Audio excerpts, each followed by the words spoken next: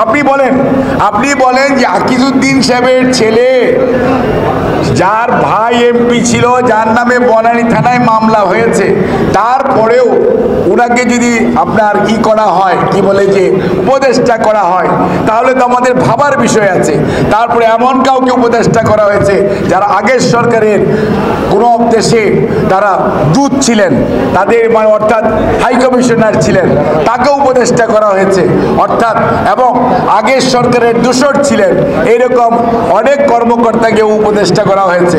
আমরা আমার বাংলাদেশ জাতীয়তাবাদী দল এই অন্তর্বর্তীকালীন সরকারকে তাদের দায়িত্ব পালনে সহযোগিতা করার জন্য অঙ্গীকারবদ্ধ। আমরা করব, কিন্তু আমরা এও বলতে চাই যে আপনারা দায়িত্বশীলতার পরিচয় দিন। আমাদের দলের মহাসচিব আমাদের দলের পক্ষ থেকে আগামী দিনে গণতন্ত্র ফেরার রোড ম্যাপের কথা বলেছেন, সেটি যে কয়দিনই হোক সেটি আপনাদের বলা উচিত, এবং তাহলেই মানুষ আশ্বস্ত হবে। মানুষ তো মুখিয়ে আছে তার ভোট প্রয়োগের জন্য, তার প্রতিনিধি নির্বাচিত করার জন্য। মানুষকে এরকম ভোটাধিকার প্রয়োগ থেকে যদি বেশি দিন বিরত রাখেন, তাহলে বাংলাদেশের গণতন্ত্রকামী মানুষ যে খুব সবসময় আপনাদের পাশে থাকবে, এটি ভাবা সঠিক নয়। কাজেই আজকে উপদেষ্টাদের মধ্যে আমি কোনো অস্বস্তি দেখছি তা না, তো কয়েকজন উপদেষ্টা যাদেরকে নিয়োগ দেওয়া হয়েছে তাদের ব্যাপারে স্পষ্ট ভাষায় বৈষম্য বিরোধী ছাত্র নেতৃবৃন্দ বলেছেন। আমি একজন প্রফেশনাল হিসাবেও বলতে চাই, যাদের কিছু আছে যাদের ওই সকল ডিপার্টমেন্ট পরিচালনা করার কোনো অভিজ্ঞতা নাই, যারা স্বৈরাচারের দূষর ছিল, স্বাস্থ্যের যে সহকারী প্রতিমন্ত্রী মর্যাদায়, সে জাতীয় পার্টির সময় জাসদ রবের সাথে ছিল, এবং রব সাহেব যখন মন্ত্রী ছিল তখন তাদের সাথে ছিল।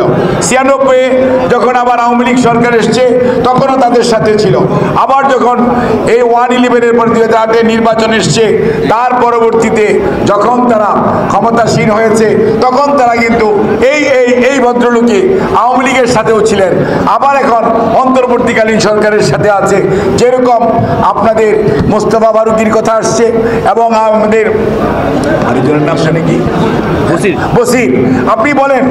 আপনি বলেন যে আকিজউদ্দিন সাহেবের ছেলে যার ভাই এমপি ছিল, যার নামে বনানী থানায় মামলা হয়েছে, তারপরেও ওনাকে যদি আপনার কি করা হয়, কি বলে যে উপদেষ্টা করা হয়, তাহলে তো আমাদের ভাবার বিষয় আছে।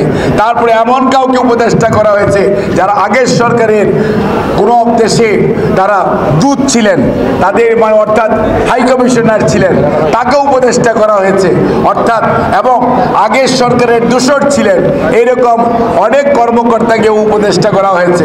কাজেই আবু সাঈদ মুগ্ধের রক্তের প্রতি বিশ্বাসঘাতকতা করে যদি এই রকম নিয়োগ হতে থাকে, তাহলে সময় বলে দিবে দেশের মানুষ কোন দিকে যাবে।